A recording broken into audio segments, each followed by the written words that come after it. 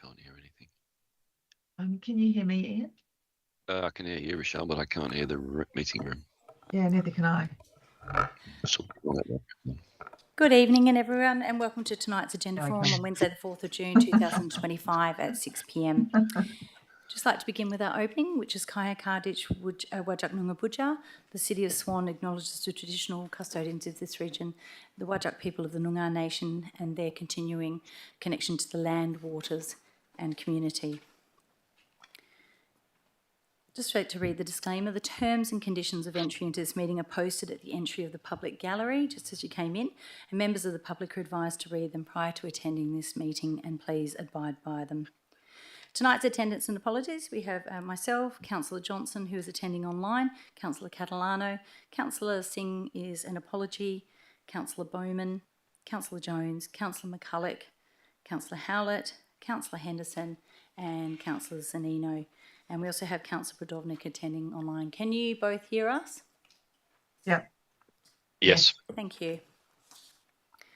Now we have a leave of absence from Councillor Miles and no other apologies. And part four is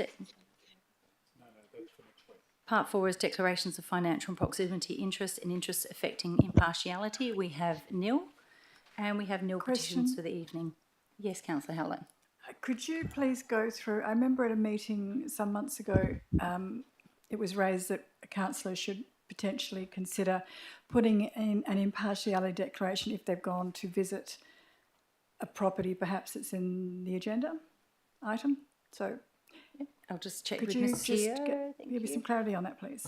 Thank you. And Madam Mayor, if you're at section 4 in the running sheet, if a council wishes to make an impartiality declaration, that is appropriate at this point.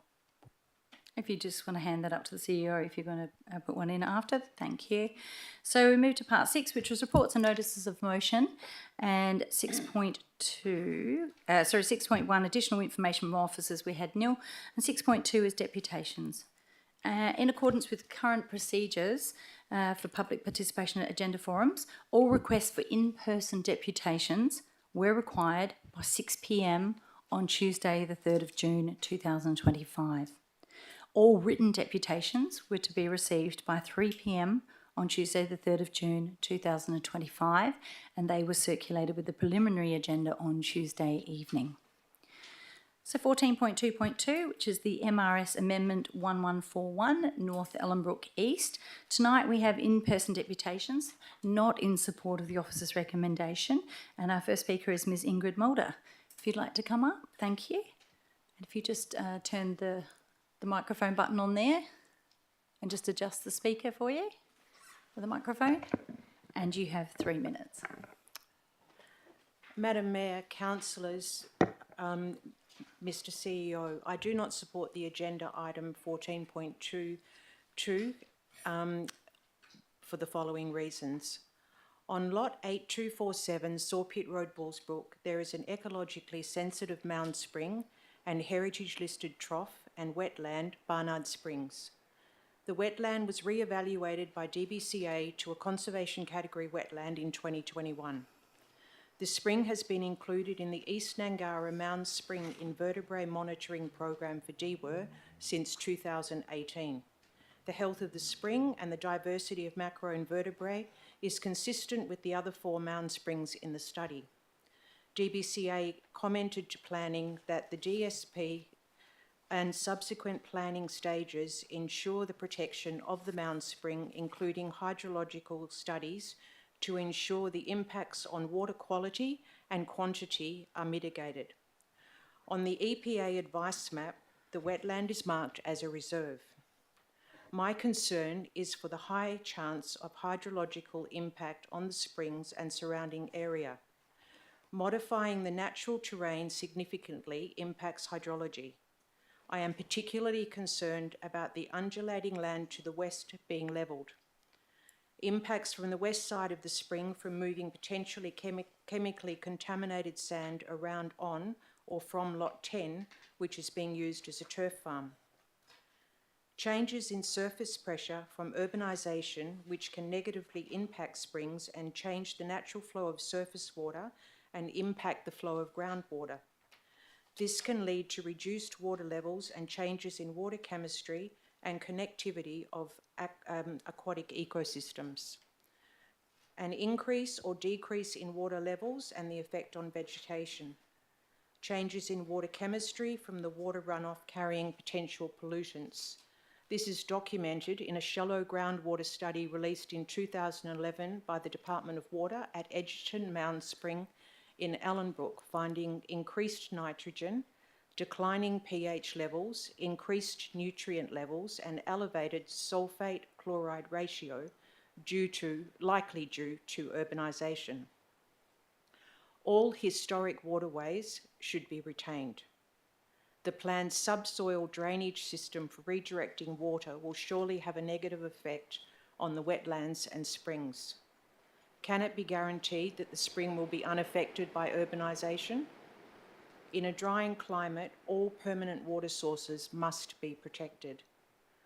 I would like a recommendation from the city that our waterways are protected.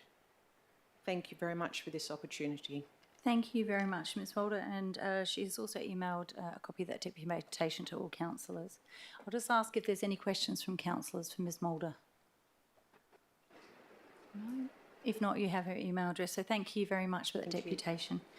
I'll ask Ms Janczak as the next speaker. Thank you. North Ellenbrook is dominated by Pallas Plain geomorphology. It has similar geological and hydrological regimes to the southern Swan Urban Growth Corridor. The same developers and consultants using the same methodologies will be involved in preparing management strategies, and no doubt the same contractors will be involved, resulting with the same issues.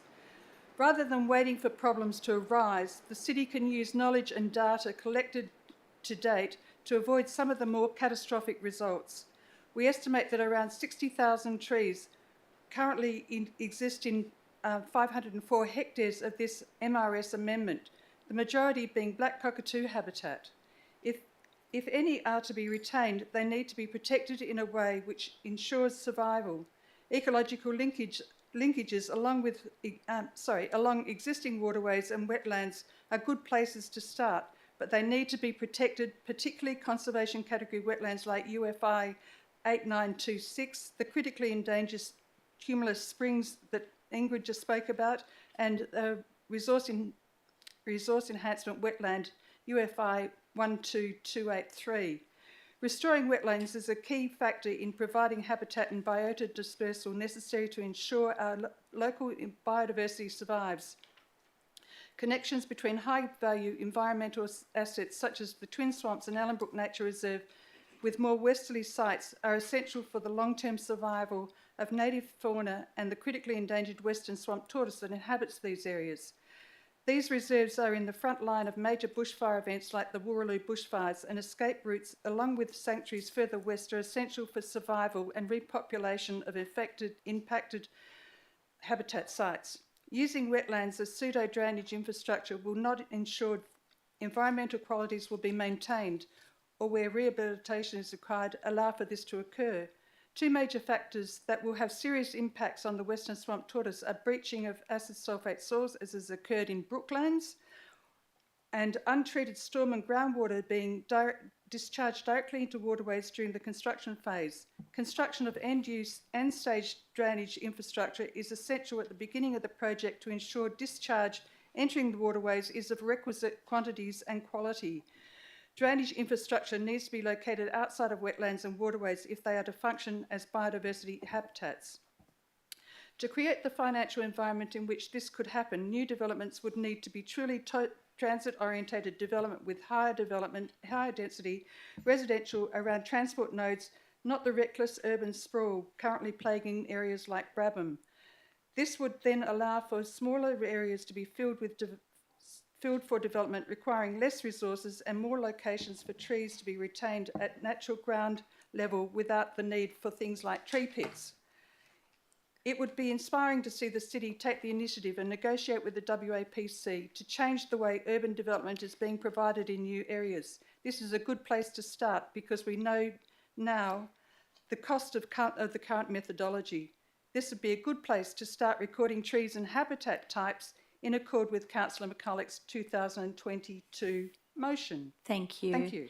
Thank you very much, Ms Zek. If you just come back up to the podium, I'll just ask councillors, are there any questions for Ms Zek? Councillor Catalano. How many trees did you say you thought were going to be removed from this? The estimates are around 60,000. 60,000. Unbelievable, isn't it? It actually is. Yes. Councillors, are there any further questions? Councillor Howlett. Thank you for that, Jan. Could you just tell me a bit more about the acid sulfate soil risk that's being faced at the moment and potentially you're saying might happen with a development of this size?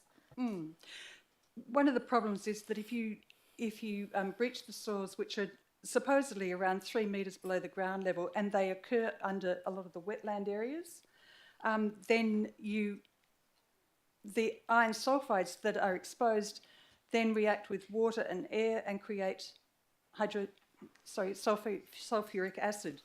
So that then reduces the pH, and once it gets down below 4, it's a serious problem for wildlife and for aquatic life. Thank you. Councillors, are there any further questions? Thank you very much for your deputation tonight. And we move to 14.2.3, which is the response to a councillor's motion for Black Cockatoos support activities.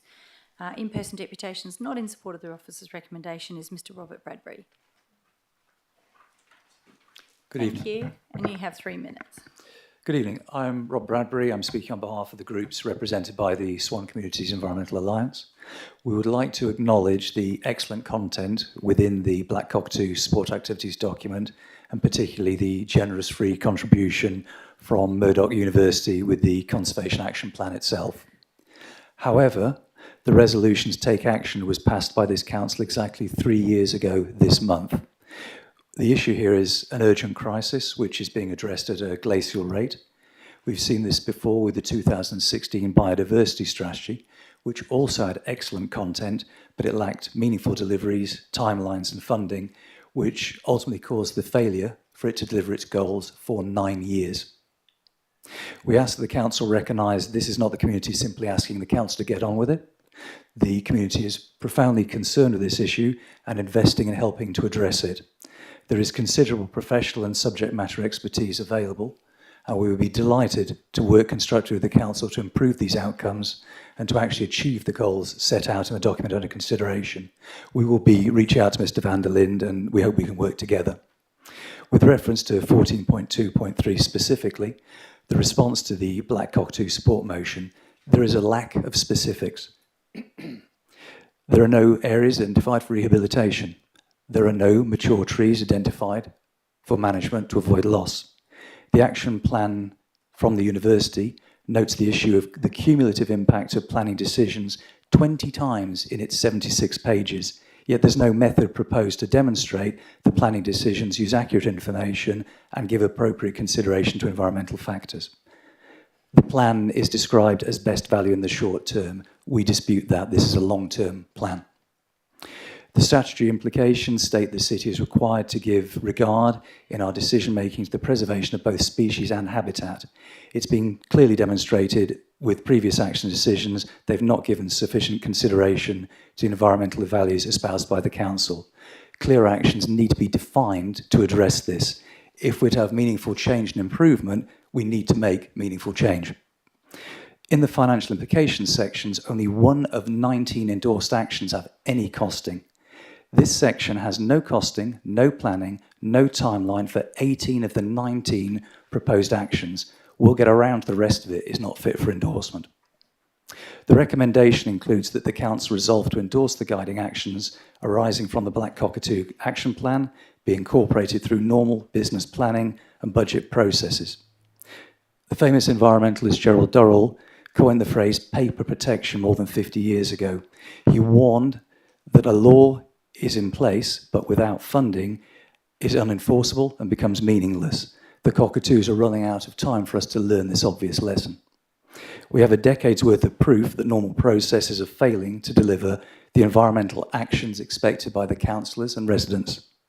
We request that councillors resolve to ensure delivery of the goals by requesting a specific project with meaningful plans, timelines and costings to the city for consideration and incorporation into its planning and budget processes. Thank you. Thank you very much. I did allow a little bit extra because we gave the last speaker a few more seconds. Mr Bradbury, I'll just ask councillors, any questions? Councillor Bowman? Thanks for that, Rob. Just so I've got it right, the action plan you're quite happy with, but the report doesn't back up the city. The action plan produced by the university is good. It has a lot of general observations and it also has some specifics of the things that need to change. What the envelope around that plan lacks is any method of actually delivering that. So we're trying to be realistic and recognise that we haven't been successful in the past achieving our biodiversity goals. And in order to stop the habitat loss and to recover the cockatoo situation, we actually need to work out what we're doing. And there's no sign of that in the plan. An action plan without an action or a plan isn't much use. So, follow-up question through you, Madam Mayor.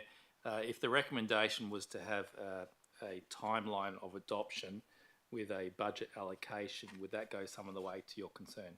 Yes, we're specifically saying good idea, but there's no evidence of how it will be delivered. It's the mechanics. We're trying to make this real together.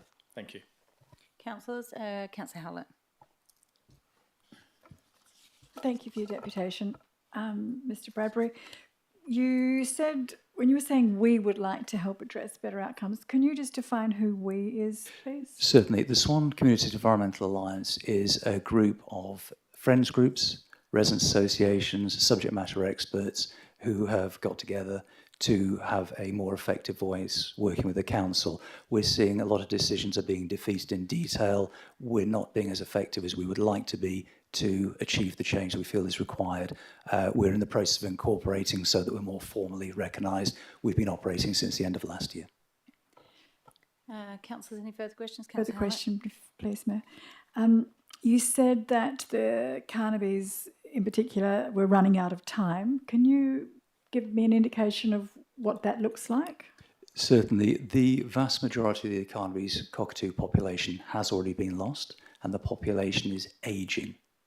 That means that there are fewer and fewer adult birds capable of actually recovering the population as time passes.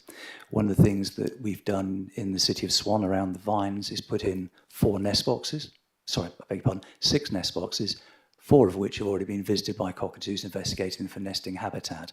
As their behaviours change, we need to take actions around food trees, roosting trees, water sources, nest boxes to enable the population to adapt to the climate and the metropolitan reality. We're just looking to ensure that we take practical steps not to lose an iconic species. Thank you. Councillors, are there any further questions? Thank you very much, Mr Bradbury, for your deputation tonight. We move to 15.2, which is Councillor Catalano's Henley Brook Avenue Environmental Assessment. We have in-person deputations in support of the notice of motion from Ms Janczak. Thank you. Thank you. Spending money on works before an assessment has been undertaken makes no sense at all. It risks changing and or reworking infrastructure which ultimately results in much greater cost being incurred. This is an unacceptable financial waste of council and ratepayers' resources, not to mention environmental assets that may be irrevocably damaged and or lost. To do this in such a challenging financial time, with the community and peers looking on, risks reputational damage on a significant scale. Council and staff are aware that this section of the road reserve is a black cockatoo habitat and has been so since 2023. Sorry, that the council knows that it has been since 2023. Work has already been held on hold for 9 months because the clearing permit was challenged. At this stage, it would make more logical and financial sense to undertake the environmental assessment before any further work is commenced. So I would commend Councillor Catalano's motion because it does make more sense. Thank you. Thank you very much. Councillors, does anyone have any questions for Ms Zek? All right. Thank you very much for your deputation tonight. Move to 15.3, Councillor Catalano, Henley Brook Avenue, Department of Climate Change, Energy, Environment and Water. And we have an in-person deputation in support of the notice of motion, Ms Janczak. Thank you. A significant and influential proportion of the information presented in the consultant's report does not comply with the referral guideline for 3 WA threatened black cockatoo species. This has led to a misrepresentation of the black cockatoo habitat on the site and within the surrounding area. The consultant targeted only species protected under the WA EP Act, which require assessment for a clearing permit in relation to the black cockatoo referral guidelines. And not in relation to the black cockatoo referral guidelines. An investigation of the site and area found almost 5 times more habitat trees on the site than the consultant recorded. The majority of the reserve has vegetation which identifies black cockatoo habitat. If the consultant assessed the surrounding area as required, many habitat species would have been found in properties immediately adjacent to the road reserve. Henley Brook has thousands of habitat trees and permanent water resources. Sadly, over 15,000 are estimated to have already been lost in the Brooklands precinct, 65% of them black cockatoo habitat. The road reserve has 20 pine trees, 30 marri, 4 jarrah and 12 banksias, all mature trees. Adjacent properties have many more of these 4 species. They are all high-value food sources and there is evidence of cockatoos foraging in the site. Many times more lower value foraging trees occur within the site and immediate vicinity.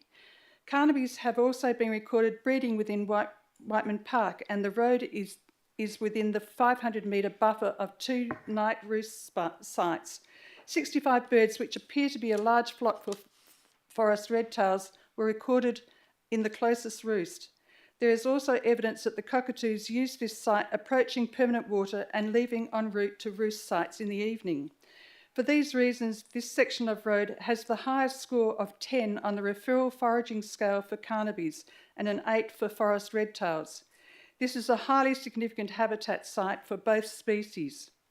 The loss of so many trees in Brooklands raises the significance of the site. Its loss will have a highly significant impact on the black cockatoos. The site is over 2 hectares and hosts a variety of habitat species. Along with habitat in adjoining properties, the threshold requirements for referral, we believe, will be met. Consideration of a referral is not unfamiliar territory for the Council. It requested that remnant Banksia woodlands in lot 5892 Morella Road, Bullsbrook, be referred to the DQ for assessment back in February 2024. Thank you.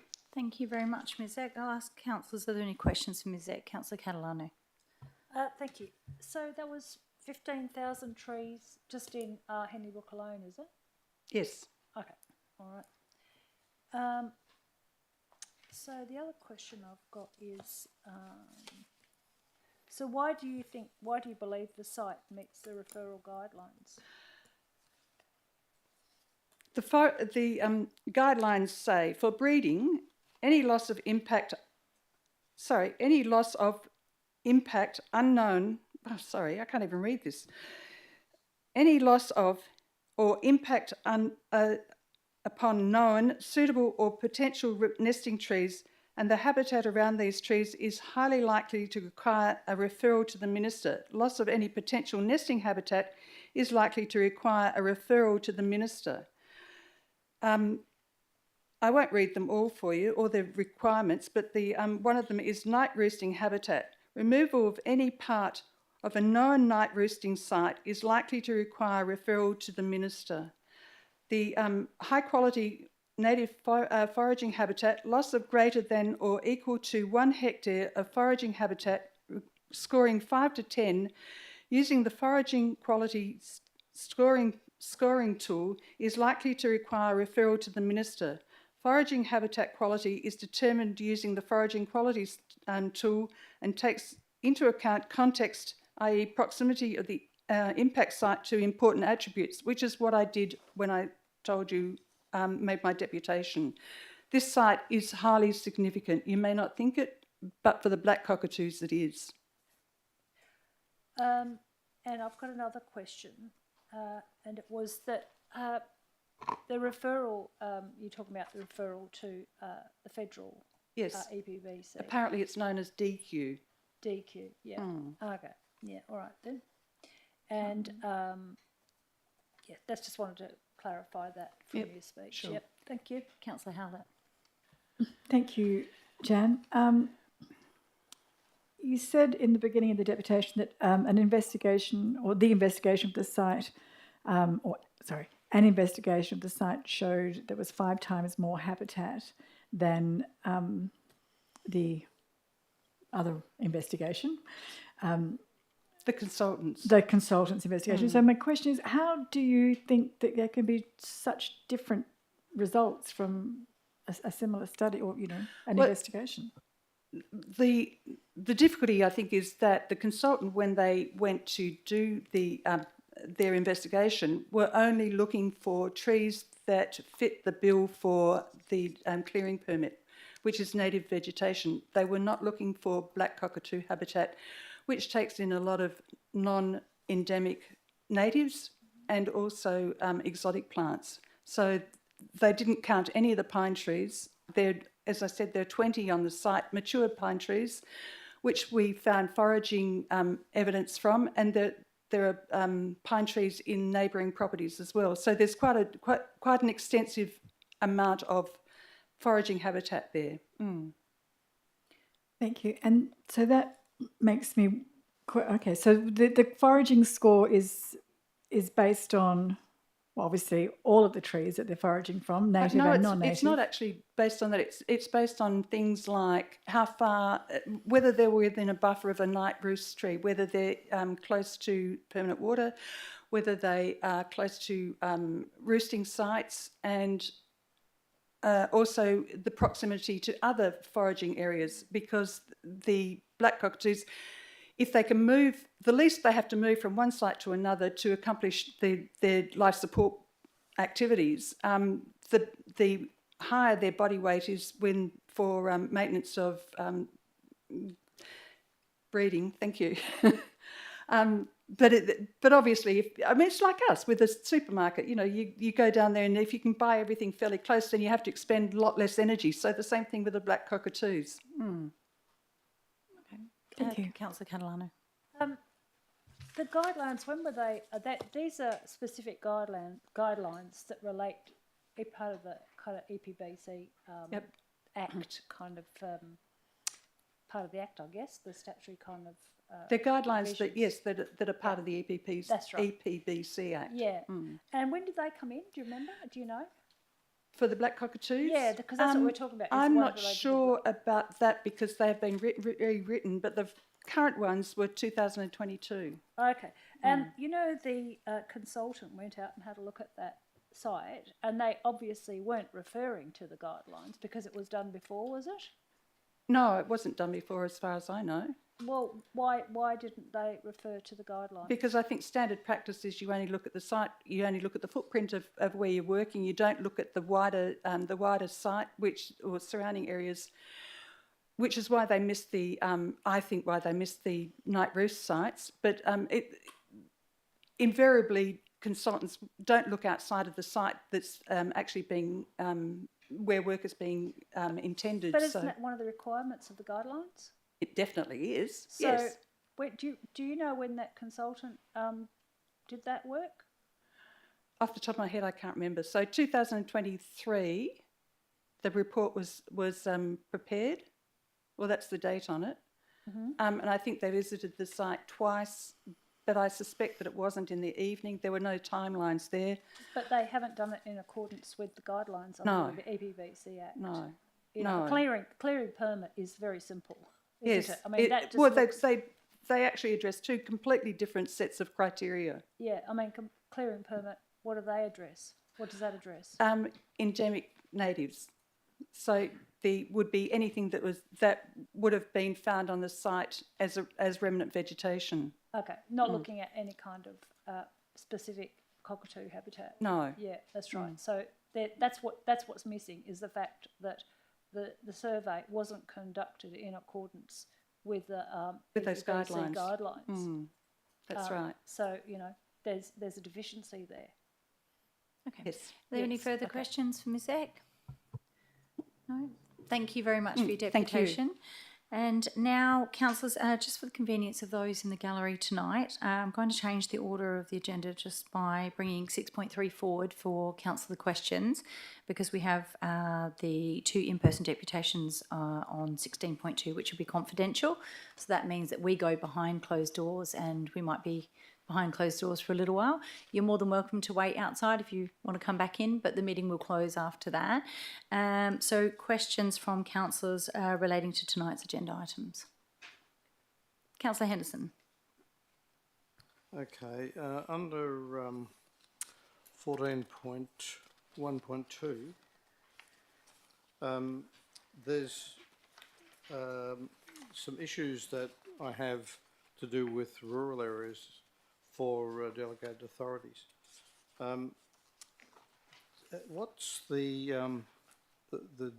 radius distance of consultation, just to be clear, for an application on a property? Mr van der Linde, if you're able to assist.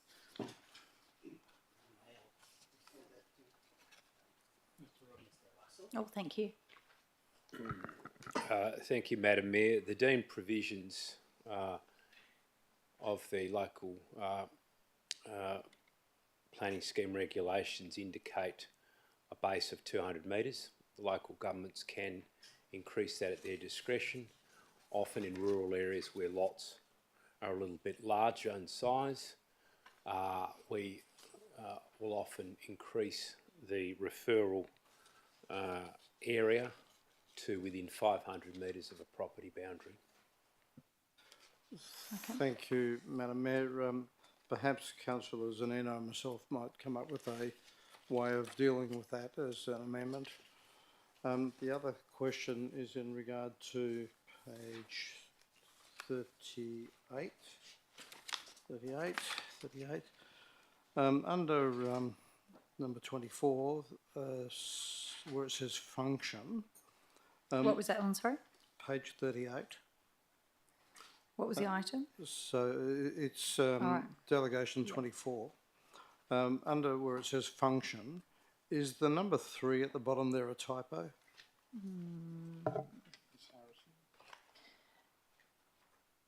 Did you find that one there?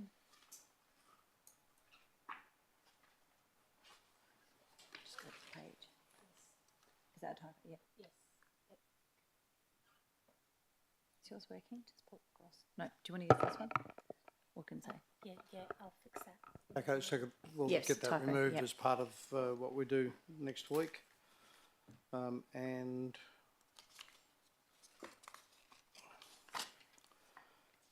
can I just make an observation, Madam Mayor? Page 43 and page 44. If staff in the future could make the text readable, so You want a full page? Is that what you're asking for? Page 43 and Making it a full page, though. yeah, well, all the rest of them are readable full page. Yep. Those two are so small, it's almost as fine. though someone doesn't want us to read them. I'm sure we can take that into account.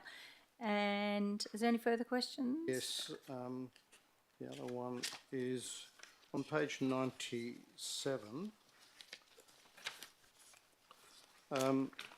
On the map, again, these maps are almost illegible when you're trying to get down to the finer detail.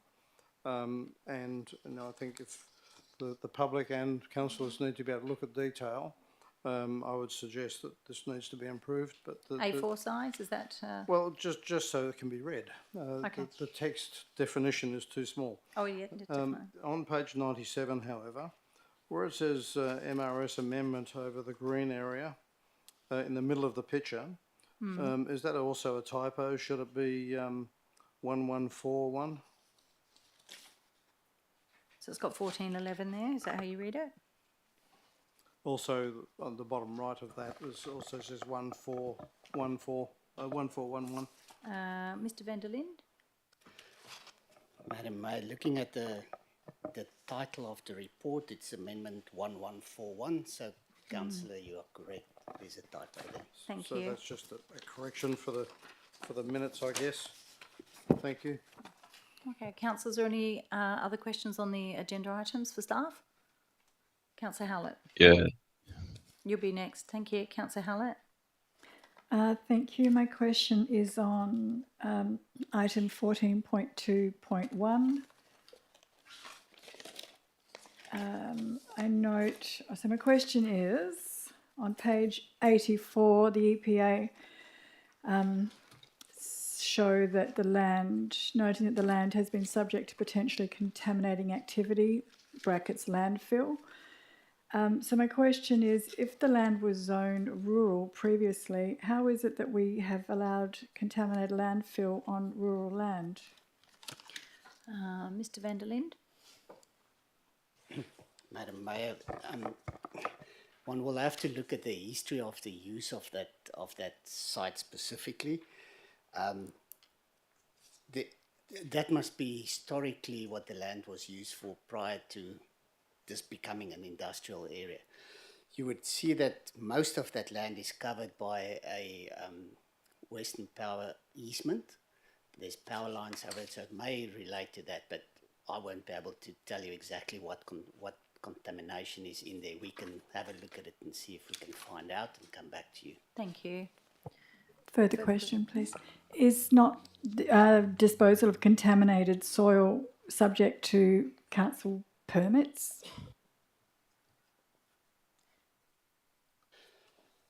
It's not subject to council permits. It's subject to permits from the department, but it's not for say that there's been contaminated soil dumped on that site.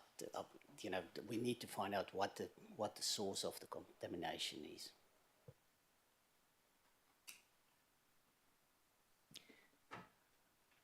Further question?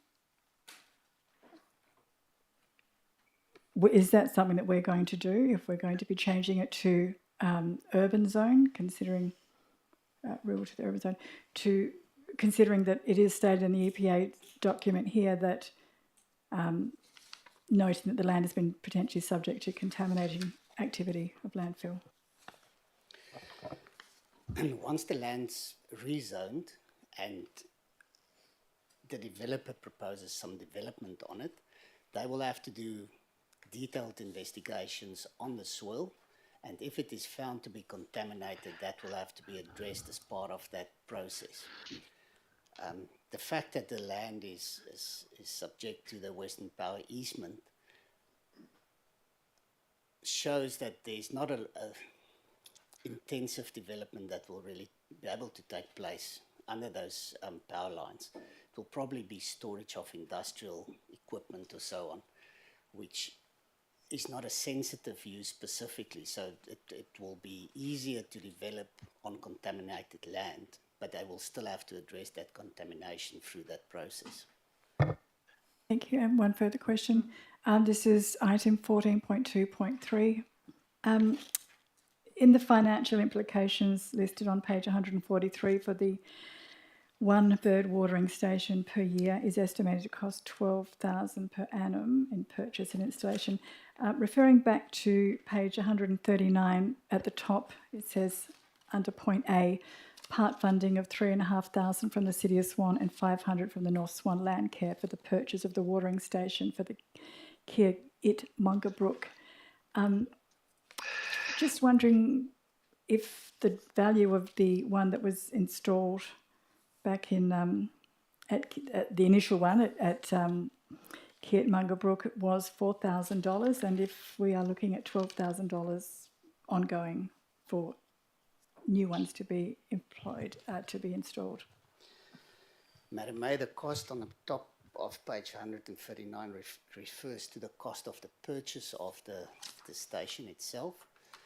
The installation of the station requires connection to water, so there's plumbing works and other installation costs that you have to consider as well. And staff has indicated that on average they estimate the cost around $12,000 for sites where water is available. Thank you, Mr. van der Linde. Is there a further question? There is, thank you. Have the staff spoken to the other councils that are installing them, and have they shared that $12,000 is the estimated value or cost to them as well?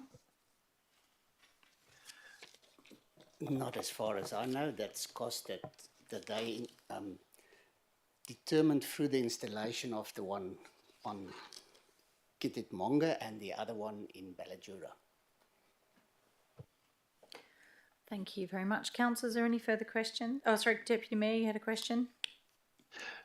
Yes, thank you, Madam Mayor. Yeah, my question is about 14.2.2, which is the North Ellenbrook East MRS amendment. The person making the first deputation made some valuable comments about a spring, and I've just been looking through the report and I can't find any mention of the spring. Can I ask through you, Madam Mayor, to the staff, such as Mr. van der Linde, is the spring actually mentioned in the report? Mr. van der Linde?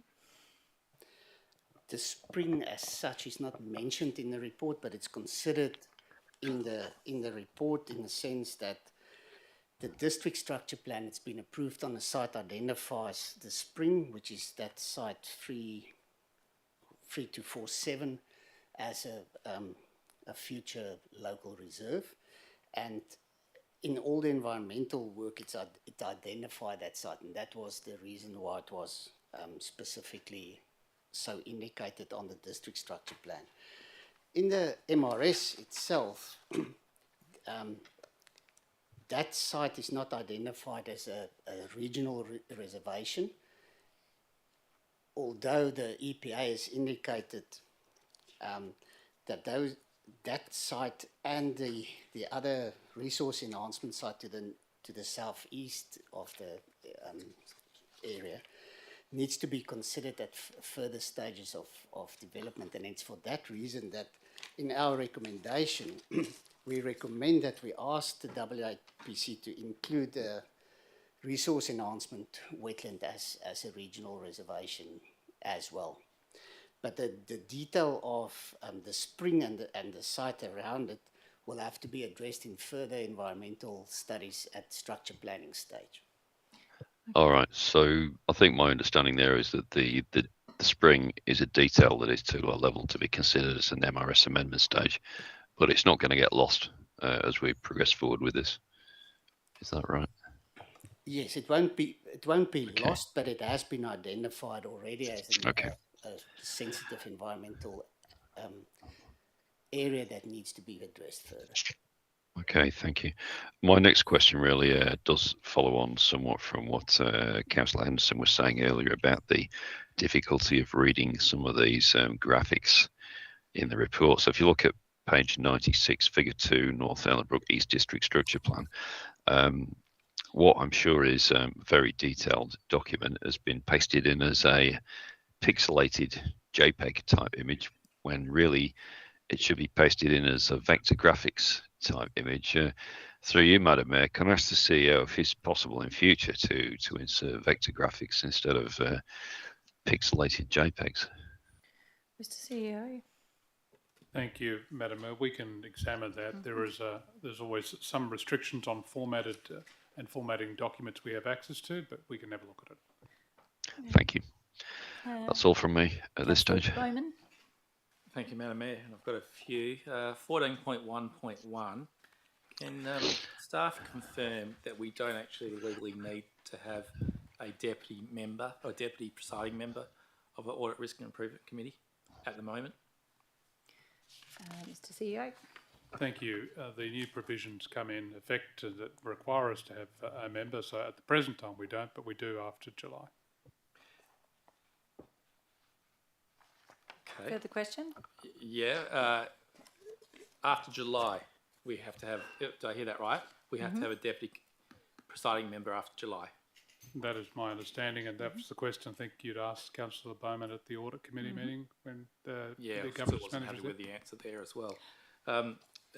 Okay, page the 14.2.12. When was the last time we actually did the delegation? It talked about 2 years ago we did a decent one, and I remember that one, but when did we last do it? So we haven't done one this financial year? So through the chair, the annual review of delegations is typically done this time each year. So that's what you're referring to? So when was the last financial year's one done? It would have been in May last year. That's typically the time we bring them through for the presentations, the adoption, so they're there for the start of the financial year. And if council wasn't to approve the delegation, being that we've got a June meeting and that's the last one in the financial year, would we be in breach of the Act? There's an annual requirement to review your delegation. So if you didn't at that point in time, you would have exceeded the time. It depends on what the rationale was and whether it was therefore a formal breach under the CAR. Okay. On page 28, delegation 15, what would be the impact if council on the on-delegation said there was to be no on-delegation? To CEO. But if you don't on-delegate it, you leave the sub-delegation just with the CEO, then the CEO has to consider all matters that come to that need approval. Yeah, but that was for that specific delegation. That is correct. Is there any impact on that as the authorised complaints officer? No, the authorised complaints officer can remain the CEO. The only thing is where you have the conflict of interest, you need a second party to be able to consider it, and that's part of the reason for having more than one person involved in the process. Delegation 23, I noticed the position of coordinator community safety has been added. Is that a new position? Mr. Bishop. Thank you. Through you, Madam Mayor, no, that's an existing position. So previously they had no delegation. Mr. Bishop. I've just been advised by the acting executive manager of governance. That's correct. Yeah. So my follow-up question is, why did they need both functions and can't just have it limited to one function like the community safety rangers do and the senior ranger?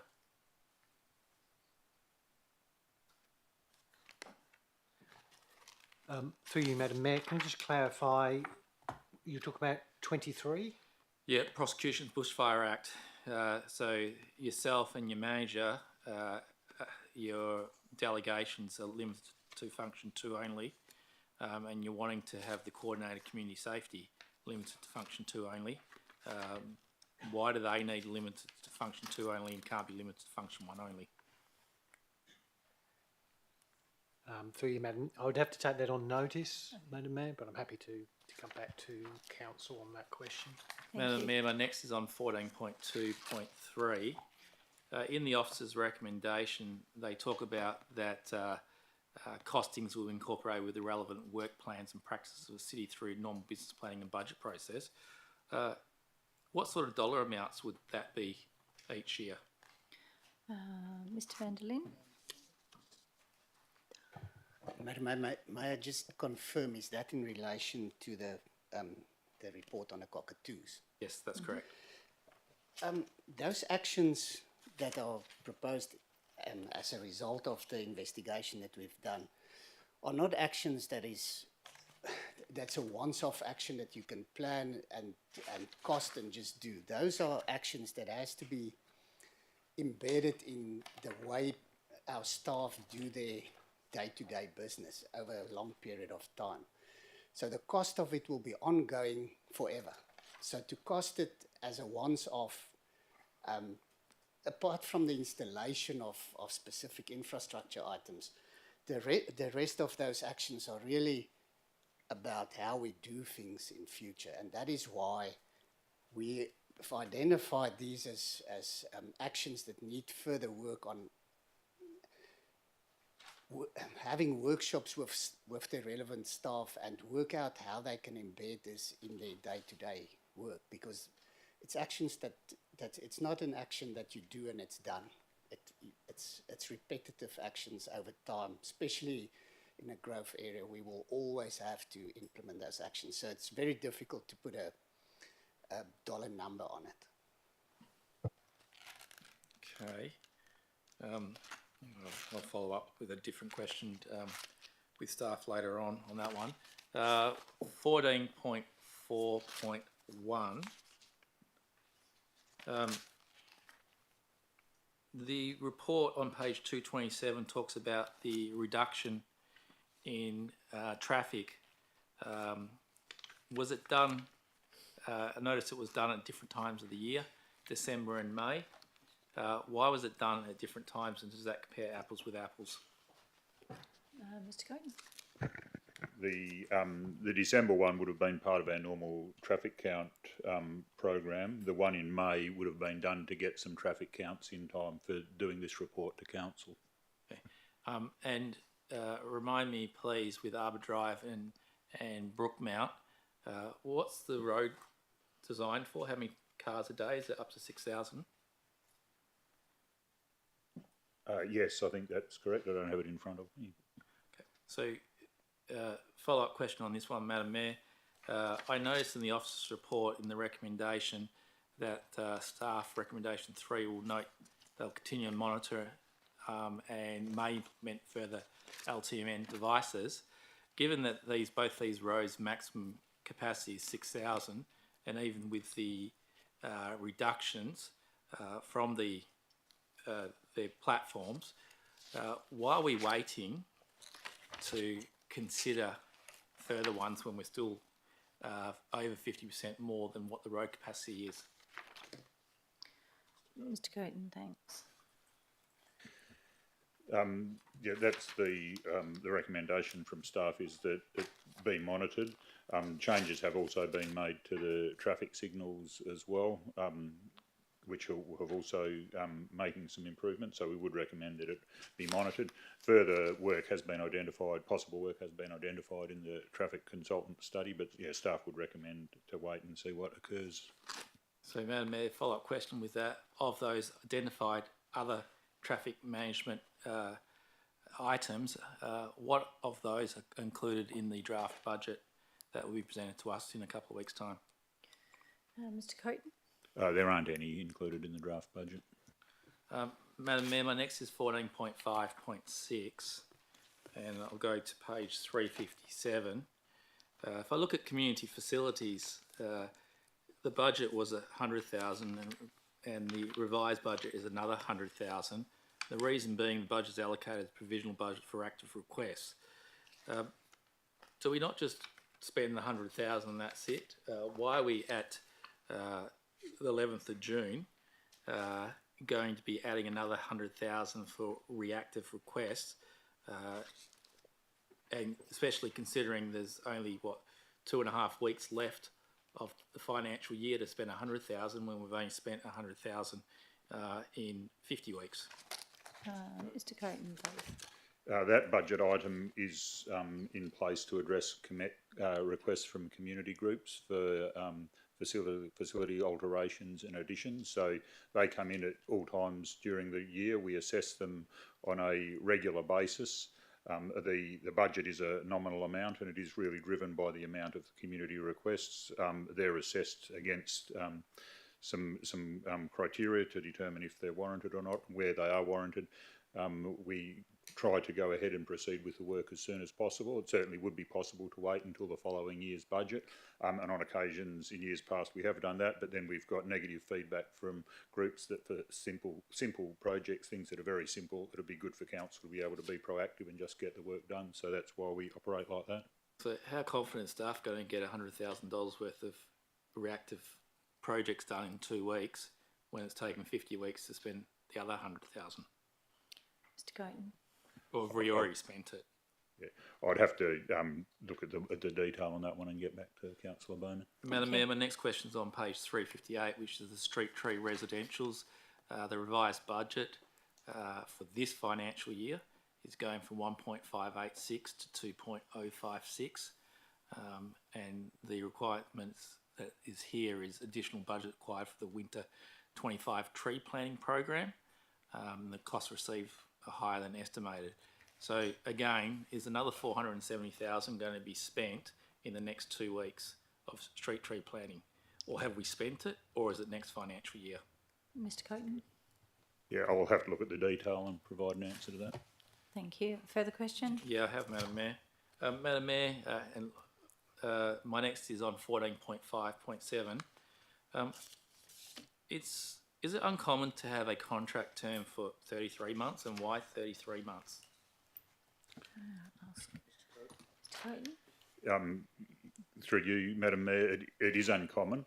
The reason why we've done it for that length of time is because a lot of our contracts have been starting and finishing at the same time, so that creates a bottleneck in our contracts and procurement team. So some of them we have staggered so that they will finish at different times, so that then that way it provides a more uniform workflow for staff, so to avoid bottlenecks and delay. Madam Mayor, my next question is relevant for all the tenders in here. We have a price ranking and then a qualitative ranking, and then we have a marginal cost benefit ranking. What percentage do we put to the qualitative ranking versus the price ranking when we don't actually include that in any assessments? Do you want that, Mr. Coaten? Mr. Coaten, thanks.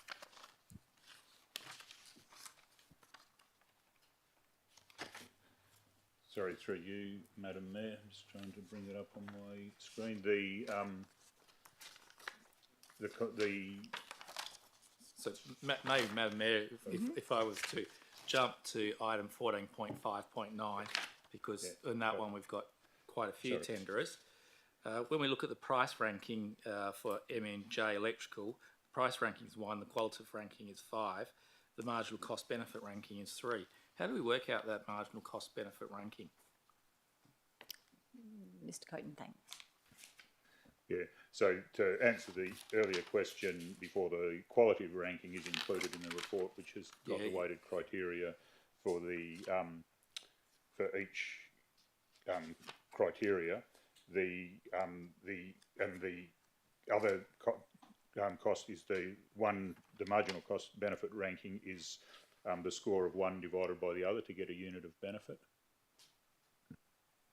So following that, if I was to look at Boyan Electrical Services qualitative ranking 6, the price ranking's 2, but the marginal cost benefit's 6, maybe I can get some further information on throughout the week on how these are actually worked out, because I don't know what amount weighting gets on the price versus the qualitative.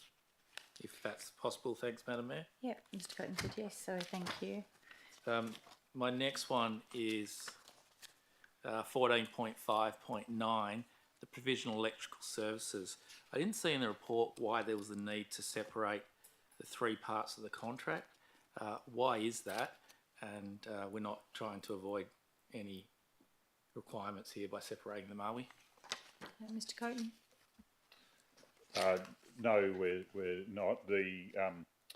Generally the work is quite significant in those areas, so we do break it up to ensure that ensure that we get contractors that can actually manage the individual portions, because so that we're not entirely reliant on just one large organisation being able to do all of it. And Madam Mayor, my last before I get into the confidential is on item 15.2, through you, Madam Mayor, to the relevant director. What would be the impact of stopping Henley Brook Avenue at the moment from Asturian Drive in relation to the issues we're having at the school that the community is complaining about, and this council has passed motions to actually address that? Mr. Coaten? Yeah, well, certainly the completion of that section of Henley Brook Avenue was one of the mitigation strategies that was identified by staff when that matter came to council in April. What it would mean if it didn't proceed at the moment would be that the traffic would continue to use Asturian Drive. As further subdivision occurs in that area, and Henley Street to the west is connected in as the cul-de-sacs are reopened, the traffic volumes through there would increase. Certainly the traffic volumes around that school would get significantly worse, and there wouldn't be a short-term resolution to that problem. And so I think you might have answered, because I heard something about a cul-de-sac opening. You're talking about the Henley Brook Avenue that's now completely open. Yeah, the Henley Street Avenue, Henley Street to the west, yes. Yep. Yeah. And so with Henley Street now completely open, what's the impact on that intersection, which is right next to the school? Because obviously before it was a cul-de-sac. Yeah, so there'd be additional traffic on Henley Street using Asturian Drive and creating traffic issues around the school. Okay. My rest are on confidential items, Madam Mayor. Thank you very much, Councillor Bowman. Councillors, are there any further questions for staff? Yes. Henderson. Councillor Henderson, you were going to ask a question. No, it was just simply to advise that I've given the CEO a declaration of proximity interests on 2 items on the agenda. Okay, thank you very much. Deputy Mayor? Yes, thank you, Madam Mayor. Yeah, I've got a question following on from Councillor Bowman's questions about 14.5.6, which is the budget review. And I've been thinking about what the questions Councillor Bowman has asked. And does this mean that the staff can commit to spend more than there is in a budget line item, and then increase the budget through a budget review after the funds have been committed? Through you, Madam Mayor, can the CEO advise on that? I'll ask Mr. Travascus. Yes, through the chair. So the Act permits the city to incur expenditure wherever the budget has identified that item in the budget. So as long as it is identified, the city can spend, and it can overspend or underspend. Wherever there's a variance of more than $100,000 or more than 10%, then that's reported monthly in the financial management report. So the city's process with regards to review and amendments is we do 3 budget reviews throughout the year. So we do a quarterly review, and we pick up any amendments and adjustments that are required through that review to make sure that we're managing the budget throughout the year appropriately. Okay, thank you. Yeah. Any further questions, councillors, to staff? Nope. If there's no further questions, okay. We are now going to move to item 16.2, which is the sale lot of 811 Junction Parade Midland. And as this is a confidential item, we're going to have to ask those in the gallery, please, if they could either move to the outside room or if they're on the way home. Thank you very much for coming in tonight and for your deputations, and have a safe trip home.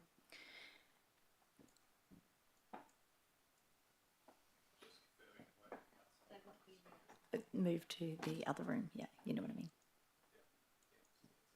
mean. Councillors, I'm now going to just move through the motion of asking to go behind closed doors. I'll need a motion to go behind closed doors. Councillor Bowman, seconded by Councillor Jones. Is there anyone against? Nope, that's carried. And we'll just wait for confirmation.